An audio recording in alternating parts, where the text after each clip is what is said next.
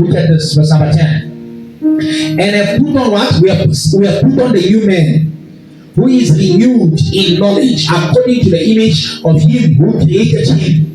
So our knowledge is renewed. We don't learn and operate according to what the people of the world are operating.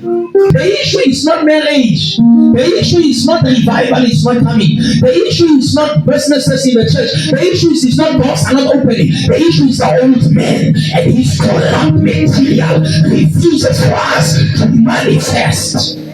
So what we need to fight is not we don't need to say fight this, fight this. We need to fight the old man. The more we say pray, 10 hours of prayer. The more we say Bible study, 10 hours of Bible says Apostle Paul for 3 days. When they are doing retreat and gather there for 3 days teaching the Bible, they are falling asleep, waking up, teaching the Bible, falling asleep. The way they were seated at that point, one man fell, he fell down, he died. They went back to that man, they rose him from the dead. After that, they didn't even glorify resurrection, because the enemy can allow you to super magnify a miracle and not see Christ in the miracle. And so they just went back to preaching. The Bible says they were seeking the scriptures, wanting to know him.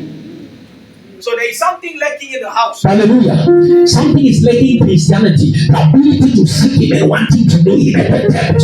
When we say we are going to lives, God is going to touch people, change their lives. But we are not here for the touching and the changing of the lives. We are here for Christ. We want to know him, and it is the more that we are looking at him that we are transformed into looking like him.